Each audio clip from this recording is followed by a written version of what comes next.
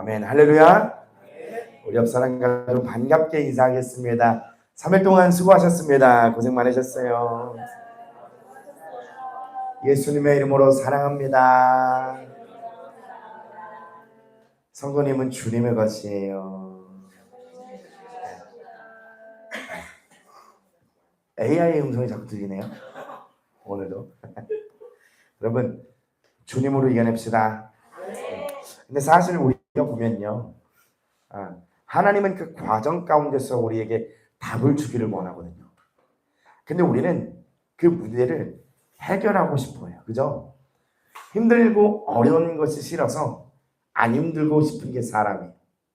근데 그러다 보면 우리 힘이 들어가게 되고 예수님을 원치 않게 이용하게 돼요. 그러니까 하나님께서 우리에게 주시는 어떠한 일들을 가지고 문제를 해결하는 것에 중점을 두는 것이 아니라 주님 무엇을 겪기를 원하실까요? 어떤 과정이 나에게 필요할까요? 그로 인해서 내가 배워야 할, 성장해야 할 부분이 무엇일까요? 좀 더 우리가 생각을 넓게 가지면서 하나님께서 이끄시는 방향에 잘 따라갔으면 좋겠어요. 사람은 본성대로 움직인다고. 본성대로. 물에 빠졌습니다. 그때는 어떻게 해요? 살려주세요. 어떤 계산이 필요하겠어요. 그렇죠? 근데 우리가 당장 뭔가 물에 빠진 건 아니잖아요. 그죠? 하나님 안에 있습니다. 그죠? 주님 안에서 우리가 한 단계 한 단계 경험하고 겪어나가고 있어요. 주님이 뭘 원하실까? 잠잠히 그곳에서 하나님의 뜻을 구하고 나가보는 거죠. 여러분, 주님의 이름으로 승리합시다. 상태가 중요하지 않아요. 마음의 중심이 중요해요. 오늘 예수님을 마음 중심 다해 따라갑시다. 자, 오늘은 몇 번째 시간인 줄 아십니까? 좋아요. 예? 예. 어디 갔다 오셨나 보네요. 오늘 네 번째 시간입니다. 자아파세와 영의 일반. 네 번째 시간. 자, 45페이지입니다.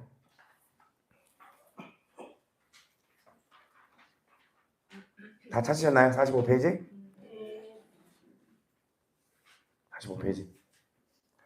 밖으로 나감과 돌아옴. 자, 밖으로 나감과 돌아옴. 자, 2장 파트의 후반부를 우리가 이제 나가고 있습니다. 밖으로 나감과 돌아옴. 이 제목만 봐도 여러분 무슨 뜻인지 아세요? 밖으로 나감과 돌아옴. 우리가 하고 있는 것. 한번 읽어보겠습니다. 그냥 실수를 계속 오류를 범하는 우리가 하고 있는 일을 보는 거예요. 겉사람이 파쇄된 사람의 영은 자연히 끊임없이 지속적으로 하나님 앞에 설 수 있다. 어느 형제는 주님을 믿은 지 2년이 되었을 때에 로렌스가 쓴 하나님과 함께함이라는 책을 읽었다. 책을 다 읽은 후에 그는 로렌스는 끊임없이 하나님과 함께 있을 수 있었으나 자기는 그렇게 할 수 없었으므로 인하여 매우 고통스러워했다. 여러분, 고통스러워도 하긴 해야 돼요. 하나님과 함께하지 못하는 것에 고통스러워야 그래야 뭐든 이루어집니다. 그래서 그는 다른 한 형제와 매 시간 한 차례씩 기도하기로 정하였다. 왜 이렇게 했는가? 성경에서 항상 기도하라는 말을 그들은 시시 1시간이라는 뜻으로 기도하라는 말로 고치는 것이다. 그들은 1시간마다 한 번씩 간구하였다. 시계 소리가 울릴 때마다 그들은 한 번씩 기도하였다. 그들은 하나님의 임재를 지속적으로 항상 느끼지 못했기 때문에 하나님 앞으로 돌아오려고 뭘 다했대요? 최선을 다했다. 동그라미요. 오류를 범하고 있는 거예요. 이럴 때 그들은 일을 하다가 나가버렸으면 빨리 하나님 앞으로 돌아와야 했고 공부하다가 나가버렸을 때에도 속히 하나님 앞으로 돌아와야 하는 것 같았다. 돌아오지 않으면 온종일 나가버리게 된다. 그들은 자주 기도하고 주일은 온종일 기도하며 토요일은 반나절 기도하면서 이렇게 2-3년 동안 지속하였다. 그러나 문제는 하나님 면전으로 돌아올 때에는 하나님의 임재를 만지지만 일단 나가버리면 잃어버린 자가 되는 데 있었다.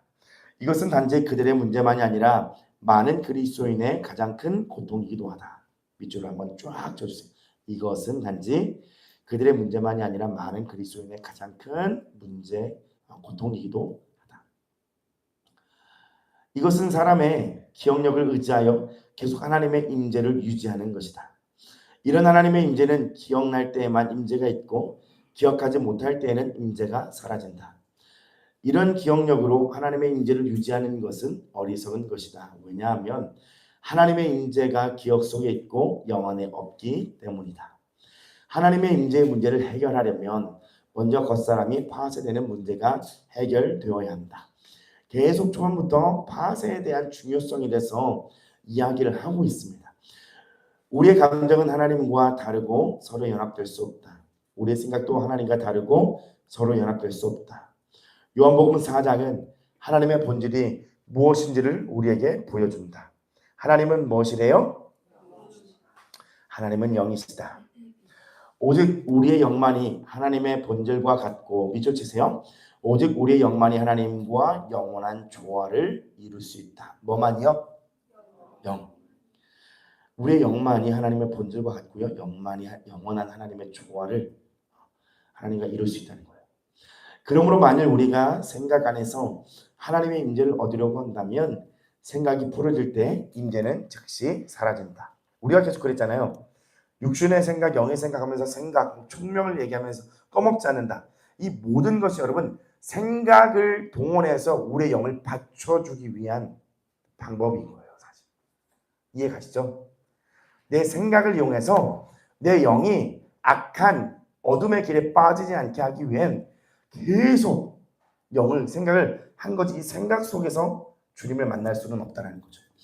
자, 계속 읽겠습니다. 만일 우리가 감정으로 하나님의 임재를 얻으려고 한다면 감정이 풀어질 때 임재는 즉시 사라진다. 혹 우리는 비통함을 느끼고 눈물을 흘릴 때 하나님의 임재를 느낄 수 있다고 생각할지 모른다. 그러나 우리는 평생도록 눈물만 흘릴 수는 없다. 눈물이 그칠 때가 있으므로 눈물을 흘리지 않을 때에는 하나님의 임재를 느끼지 못하게 된다. 생각과 감정이 아니라는 거죠. 하나님의 임재를 계속 느낄 수 있다는 것은요. 자, 그러면 여기서 우리가 한번 돌아보는 겁니다. 나는 그 하나님의 임재를 어떠할 때 내가 느낀다라고 생각했었는가를 한번 지금 생각해 보시는 거예요. 하나님의 임재를 언제 느끼셨습니까? 언제?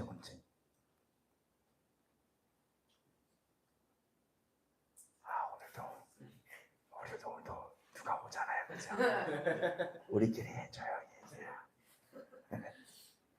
유튜브 이거 끄세요. 누가 들으면 그러나요? 한번 얘기해 주세요. 어떤 때 하나님의 임재라고 느끼세요? 지금 정답을 맞추는 시간이 아니고요. 자기 의견을 좀 얘기하는 시간입니다. 성령님의 임재랑 다르냐고? 아니지. 성령님의 임재를, 하나님의 임재를 나는 언제 느끼고 있냐라고 생각하는가. 내가 돌아보니까 예를 들면 오늘 이 책에 근거해서 내가 정말 생각으로 예수 하고 있을 때 하나님의 임재를 느꼈다. 혹 내 감정이 막 울어야 그때는 하나님의 임재가 있었는데 요즘 내 감정이 메말라갖고 하나님의 임재를 못 느낀다라고 생각할 수 있는 건데, 여러분은 언제? 갈망할 때 하나님의 임재를 느낀다. 자, 네? 그냥 얘기하세요. 막 던지세요. 자백할 때, 죄를 자백할 때 하나님의 임재를 경험하는 것 같다. 자, 또 하나님의 함께하심을 깨닫게 될 때. 자, 우리가 지금 이렇게 이야기하는 것들이 오늘 여기서 답이 맞을까 하니까요. 확신 안 갖고 얘기하셨어요. 내 얘기가 정답입니다 라고 해야죠. 제가 워치만 양입니다. 내가 워치만 킴입니다. 홈입니다. 막 이렇게 하셔야 되는데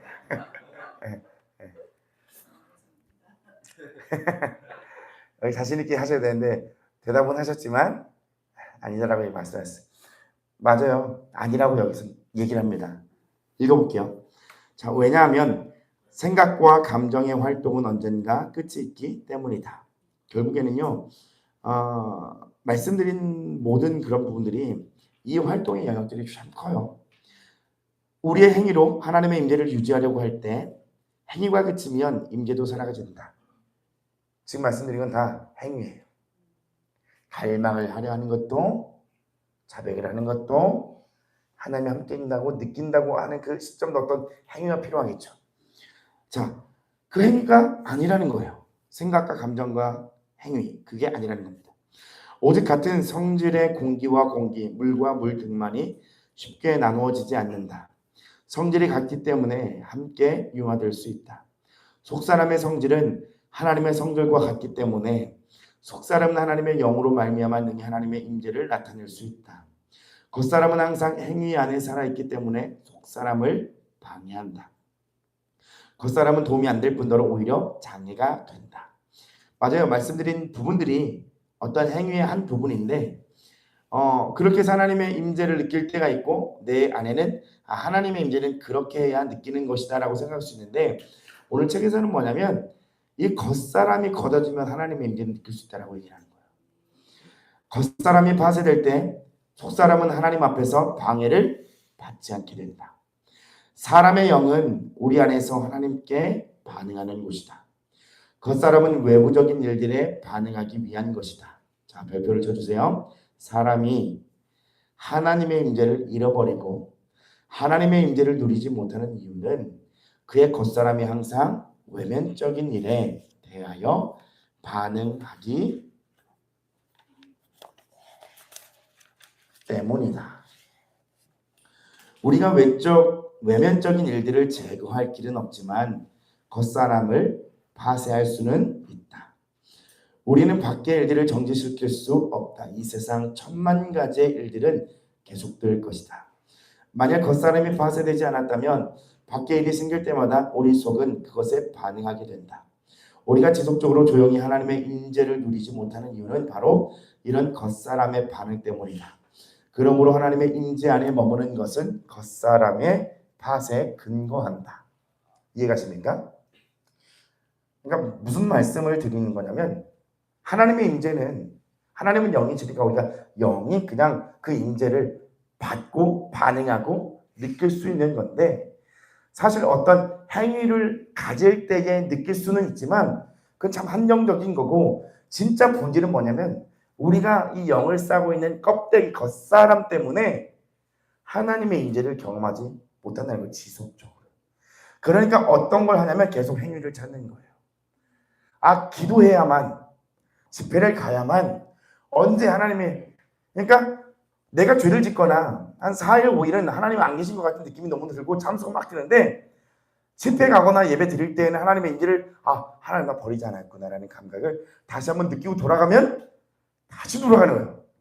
쳇바퀴를 계속 도는 거야. 이렇게. 그게 아니라는 거죠. 사실 아까도 서두에 말씀드린 것처럼 사람은 문제가 있을 때는 해결하고 싶어 해요. 해결하고 싶어 한다고요. 그래서 그 해결하기 위해서 뭘 하냐면 때를 기다려요. 집회 날짜를 기다리고 수련회 날짜를 기다리고 그게 아니라는 거예요. 문제 해결 중심이 아니라 하나님께서 나에게 파쇄하기 위한 어떠한 것을 시동을 걸었으니 브레이크를 걸었으니까요. 여러분 그게 무엇인지를 발견하고 그걸 계속 내어드리는 거예요.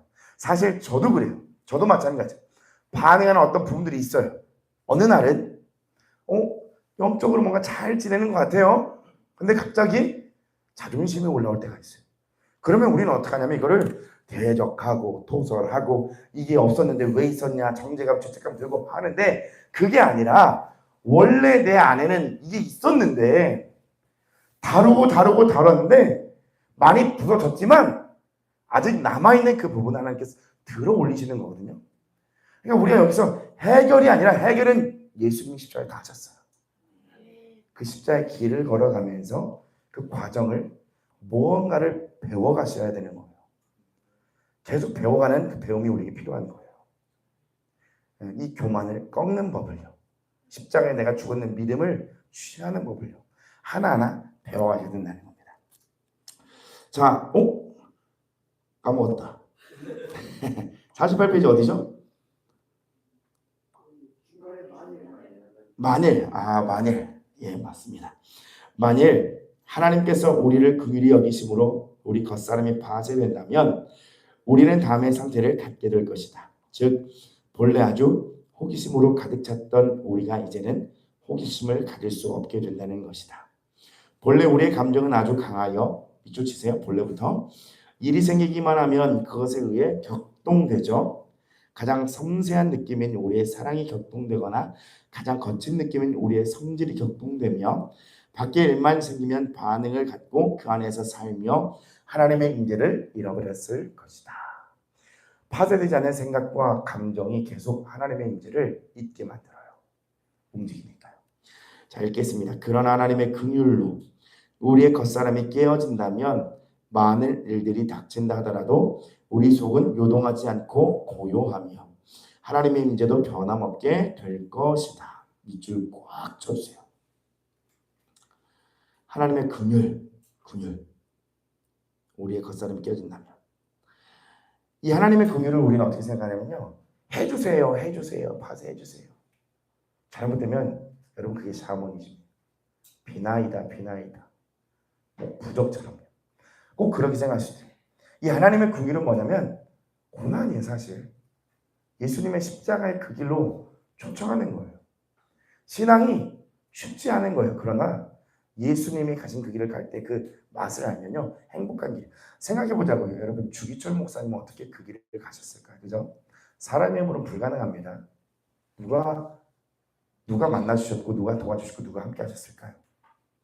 주님이 함께 하셨으니까, 도와주셨으니까, 만나주셨으니까 가능한 거예요. 그러니까 뭐냐면 그때 많은 이들이 신앙사패 참배에 넘어갔죠. 근데 넘어가지 않는 분도 있어요. 그죠? 그러니까 신앙에는 깊이가 있고 진짜가 있고 얕은 게 있고 가짜가 있다는 거예요. 그 깊은 곳으로 우리가 향해 나아가야 합니다. 그것은 문제 해결에만 중심 잡고 살아가는 것이 아니라 그 과정 안에서 주님과 같이 놀이공원 타는 거예요. 바이킹 타는 거예요. 네. 그 어려움 속에서 주님과 함께 한번 싹 타보세요. 서핑 한번 해보는 거예요. 네. 예수님이 앞에서 잡아주신다. 파도를 한번 타보자. 네. 우리는 하나님의 임재를 누리는 것이 겉사람의 파쇄의 근감을 보아야 한다. 사람이 하나님의 임재를 끊임없이 누리는 것은 겉사람의 파쇄로 말미암은 것이다.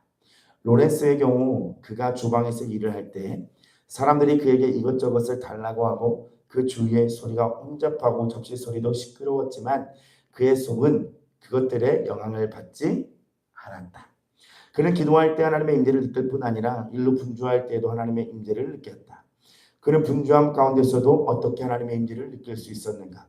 이것은 밖의 소리가 그의 속에까지 영향을 줄 수 없었기 때문이다. 밑줄 치세요.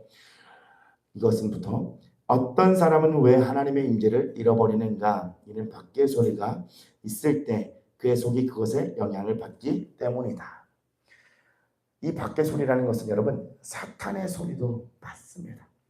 귀에서 막 생각이 돌죠. 밖에 세계는 같지만 내 내면까지 막 움직이고 있는 거예요. 어떤 사람은 하나님의 임재를 보존하기 위하여 어떻게 하는지 아는가? 그들은 접시 소리가 나지 않는 환경을 찾는다. 그들은 사람들을 멀리 떠나고 일들에서 멀리 떠나면 떠날수록 하나님의 임재를 느낄 수 있다고 생각한다. 그죠? 조용한 곳을 찾고 그리고 산속으로 막 들어가면서 그죠? 사람이 없어야만 조용해야만 하나님의 임재를 막 찾으려고. 그들은 문제가 접시에 있고 사람의 방에 있다고 잘못 생각한다. 밖이 시끄럽다 할지라도 그의 속이 조금 더 반응하지 않으면 된다. 밖에서 북치는 소리가 나더라도 그의 속이 조금도 영향을 받지 않으면 된다.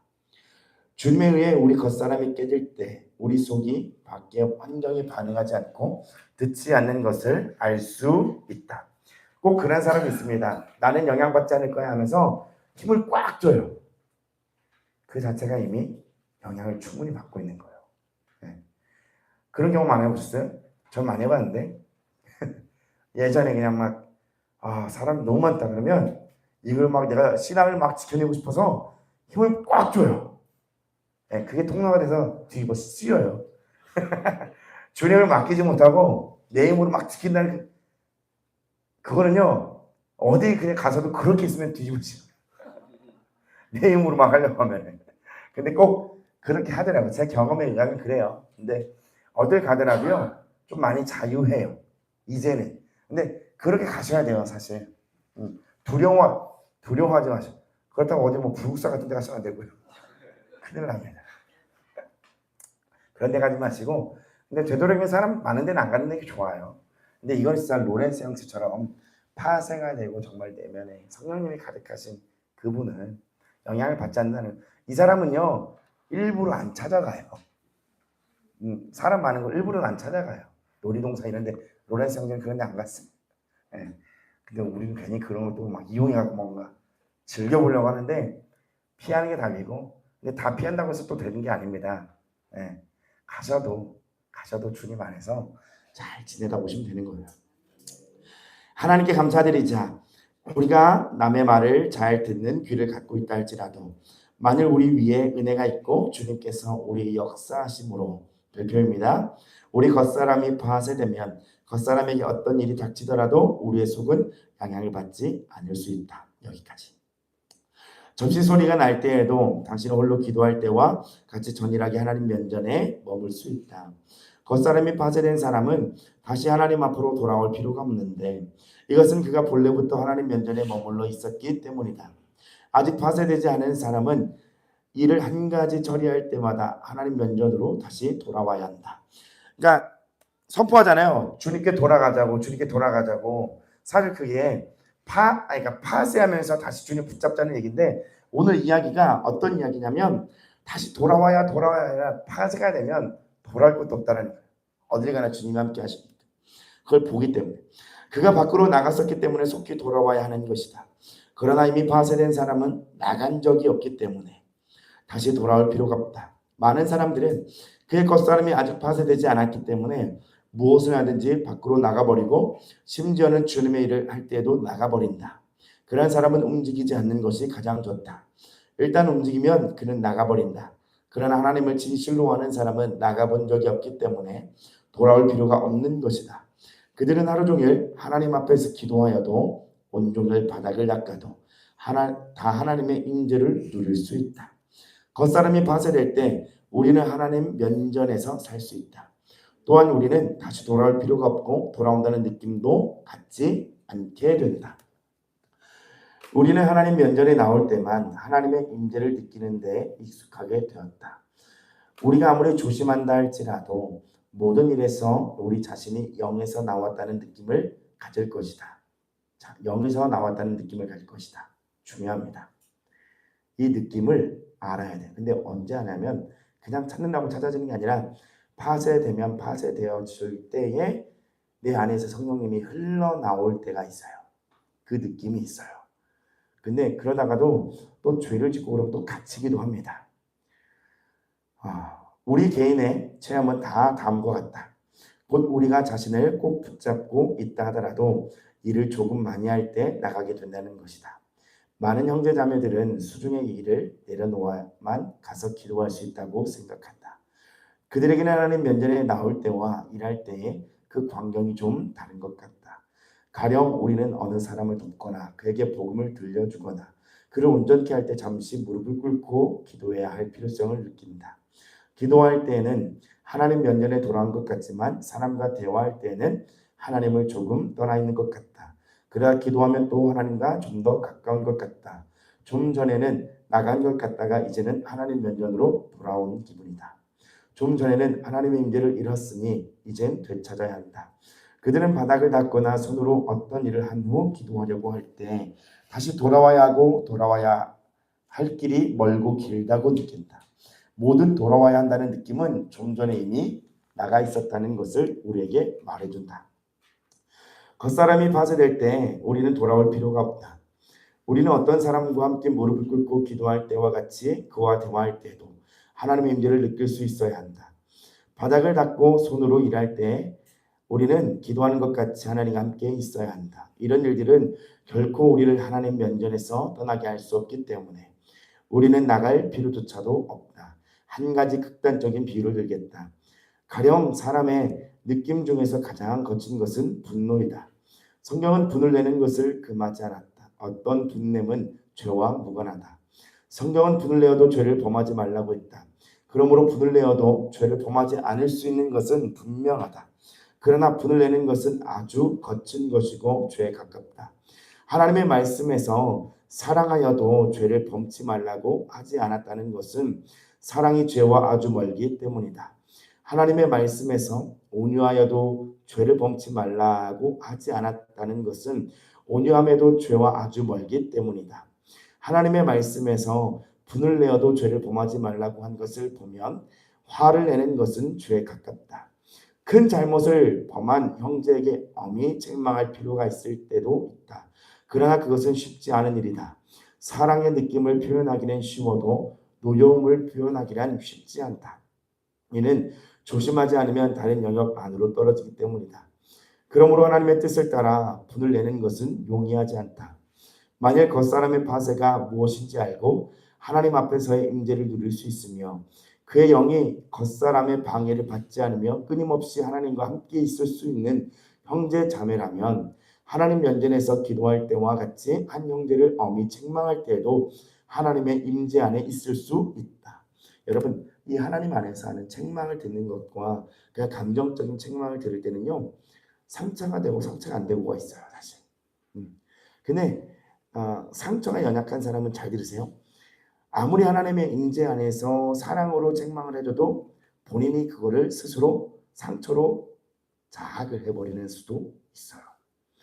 자책하는 사람들, 쉽게 막 자책하고 쉽게 상처를 받는 사람들은요, 내가 스스로 나를 상처를 내요. 그걸 한번 보셔야 돼요. 저 사람의 말이 상처를 받는 게 아니라 이미 내가 나를 그렇게 생각하고 있기 때문에 그 사람의 말을 끌고 와서 상처를 주는 경우가 있어요. 굉장히 어려운 얘기죠. 헷갈린 얘기일 거예요. 근데 유심히 한번 잘 보시면 정말 마음이 약한 사람들은 다 그럴 거예요. 제 경험에 의한 말이에요. 자, 다른 말로 한다면 그가 한 형제를 엄히 책망하고서 하나님 앞에 나아가 기도할 때 하나님 면전에 다시 돌아가야 한다는 느낌을 가질 필요가 없다는 것이다. 하나님 면전에 다시 돌아가야 한다는 느낌은 그가 나갔었다는 것을 증명한다. 우리는 이 일이 아주 어려운 일임을 시인한다. 그러나 우리 겉사람이 파쇄되었다면 우리는 한 형제를 책망하고도 하나님 면전에 다시 돌아올 필요 없이 하나님의 임재를 전과 같이 누릴 수 있다. 자, 겉사람과 속사람의 분리입니다. 자, 여러분 파쇄를 하는 이유가 뭔지 아세요? 파쇄를 하는 이유.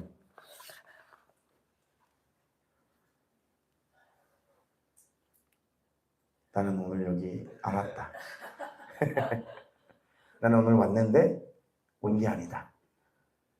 질문 안 했으면 좋겠다. 여러분 파쇄하는 이유. 우리가 파쇄를 하잖아요. 사실 그게 무슨 말이냐면 우리가 생각 있고 감정 있고 의지가 있어요.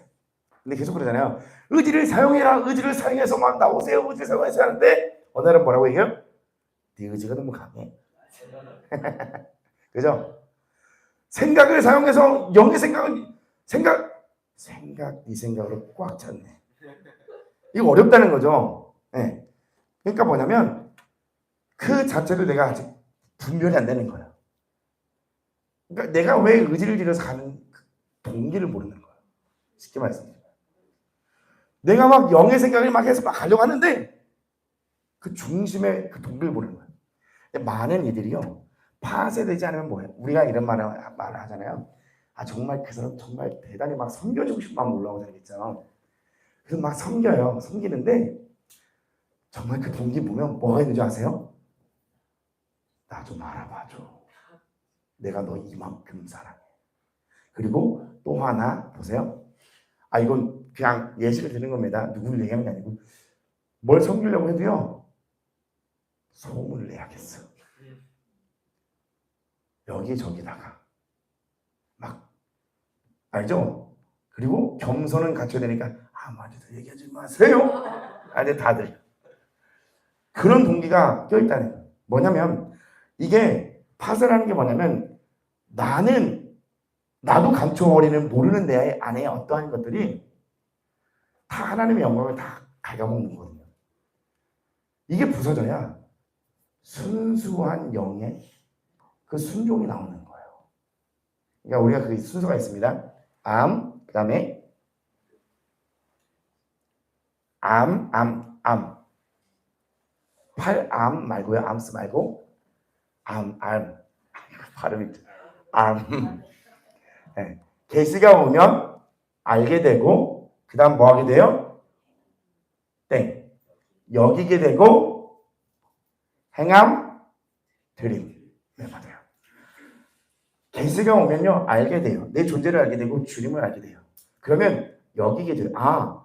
이전에는 내가 온 힘을 다해서 막 의지들이고 이게 아닌 걸 알게 돼요. 그리고 다 알게 되는 거예요. 그리고 행하게 되죠. 주님 성령으로 행하게 되고 드리게 되는 거예요. 그때 대해서 온전한 헌신이 되는 거거든요. 그러니까 이 파제가 되려면 뭐냐면 알아야 돼요. 사실 내가 어떠한 사람, 어떠한 동기를 가지고 살아가는지를 명확하게 알아야 됩니다. 그래서 파세가 이걸 알면 알수록 하나님께 회개할수록 내 안에 걸리는 것들, 자랑, 내 자랑, 원함, 오름, 교만 이것들이 부서지고 파쇄되면 뭐가 되냐면 분리가 돼요. 그래서 파쇄하는 이유가 뭐냐면 분리되기 위한 거예요. 분리가 아니라요. 분리가 뭐랑 분리되는 건 줄 아세요?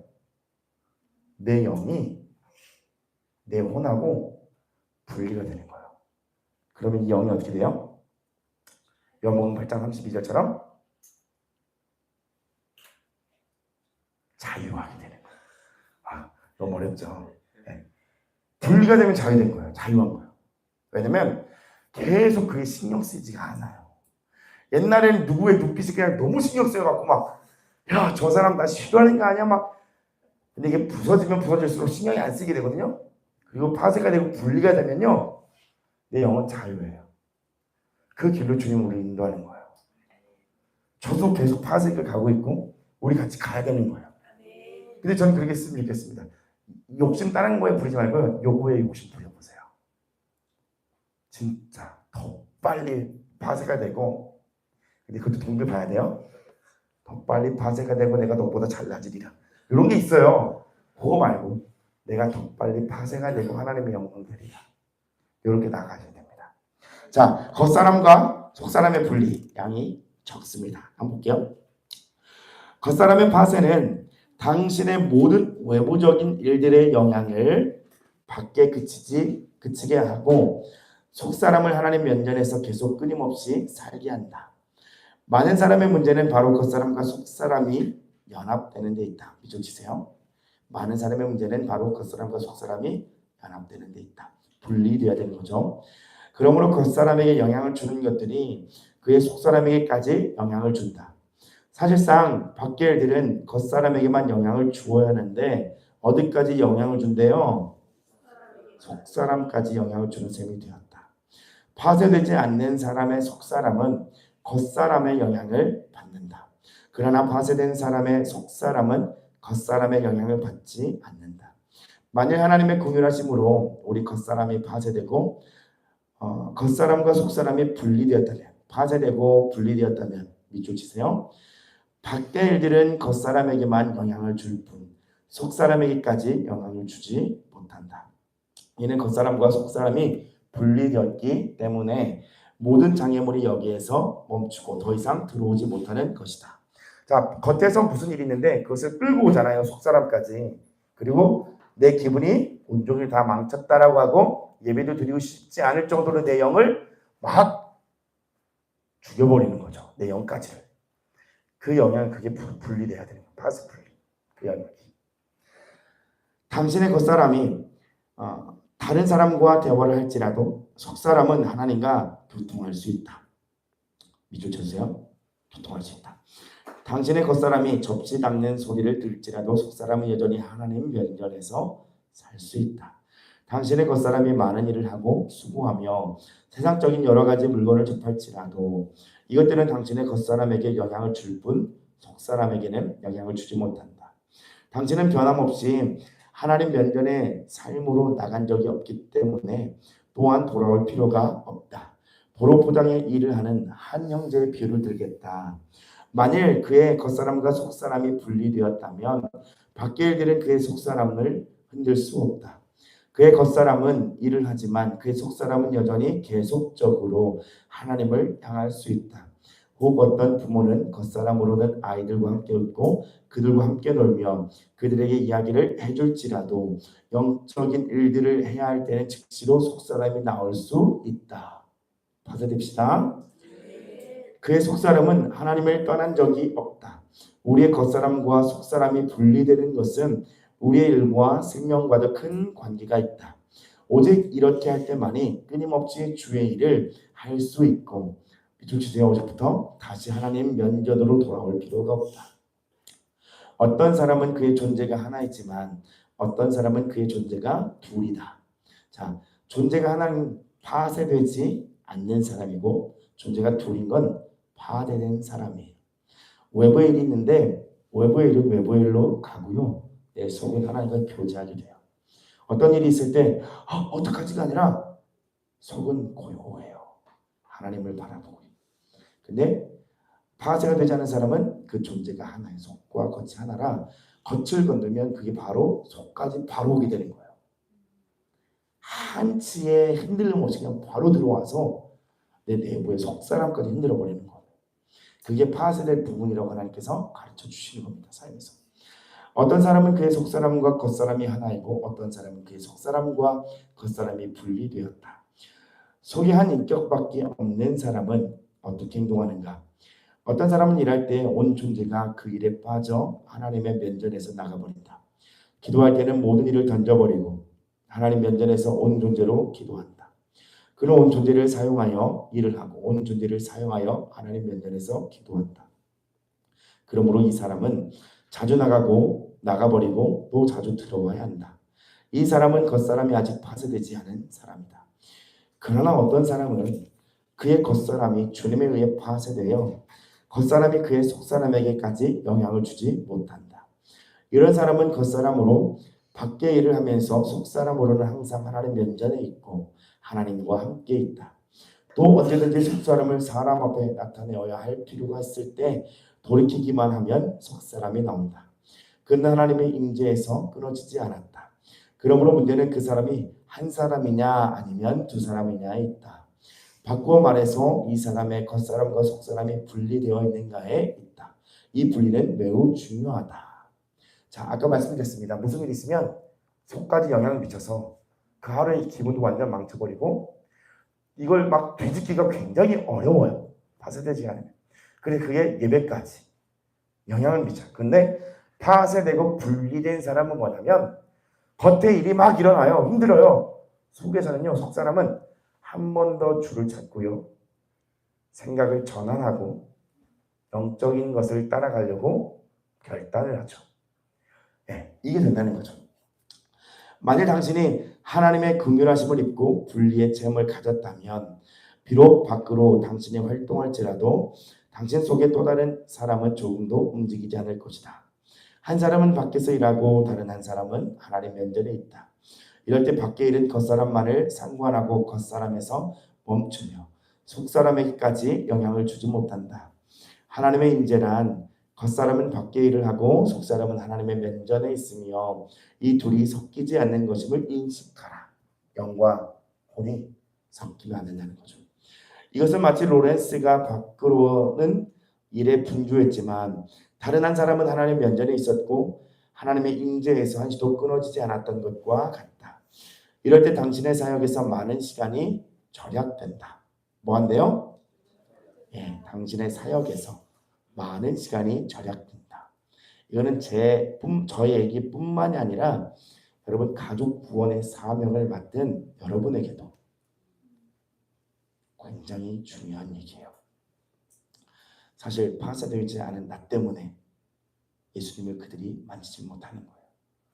자, 많은 사람들의 속사람과 겉사람이 분리되지 않았기 때문에 한동안 그의 온 존재가 나가야 하고 얼마 후에는 온 존재가 다시 돌아와야 한다.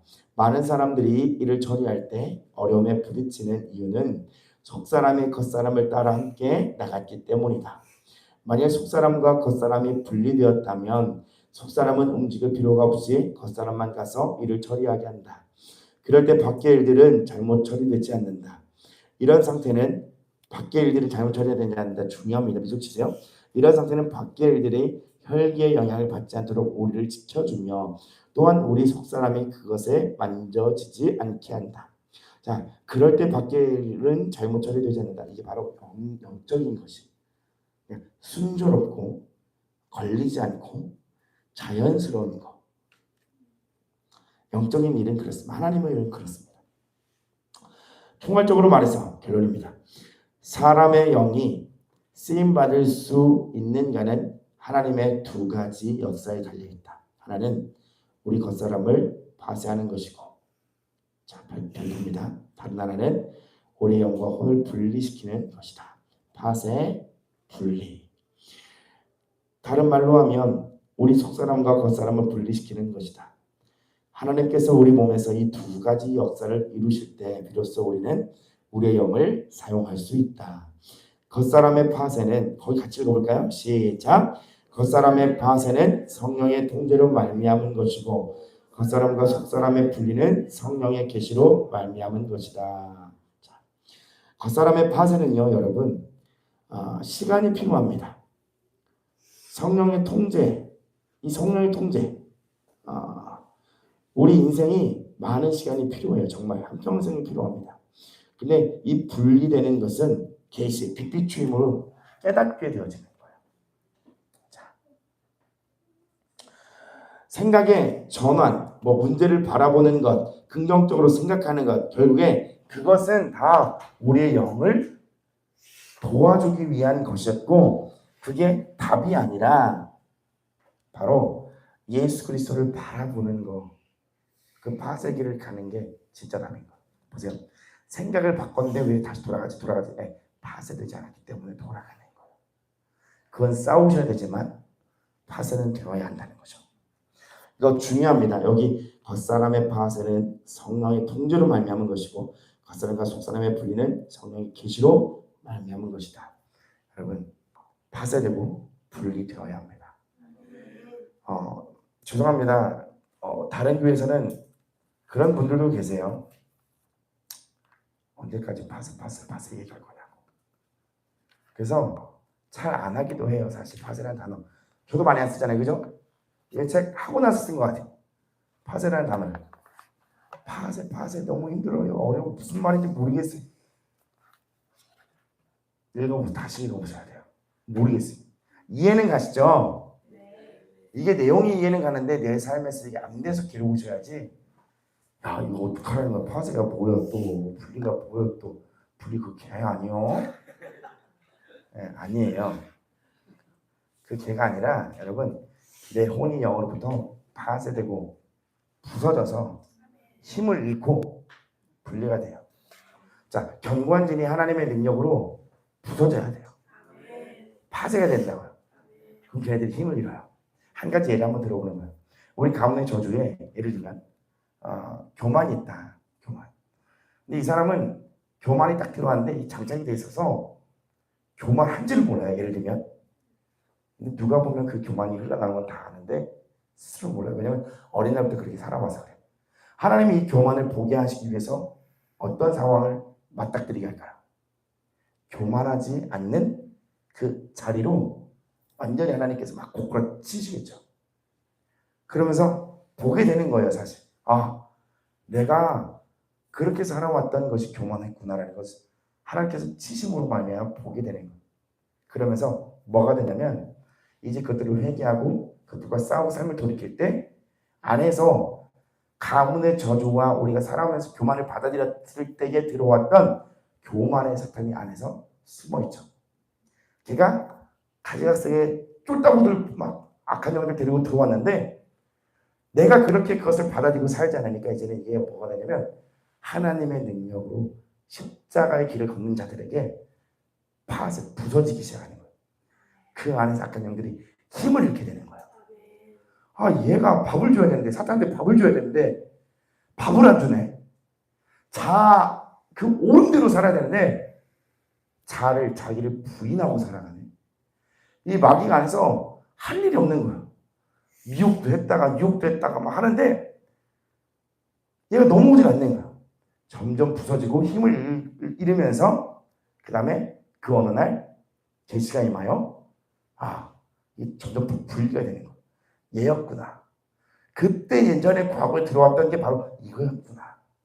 싸우면 싸울수록 하나님이 치실 때에 그것을 받아들이면서 하나님의 뜻에 순종하고 그 길을 걸어가면서 내 안의 것들을 보면 볼수록 이게 이제 알아지게 되는 거예요. 내 이 행동이 교만한 행동이구나. 몰랐네. 이전에 몰랐어요. 근데 이제는 계시를 통해서 알게 되는 거예요. 그렇게 하나하나 파쇄되고 분리가 되어야 되는 거예요. 우리의 모든 영역들이.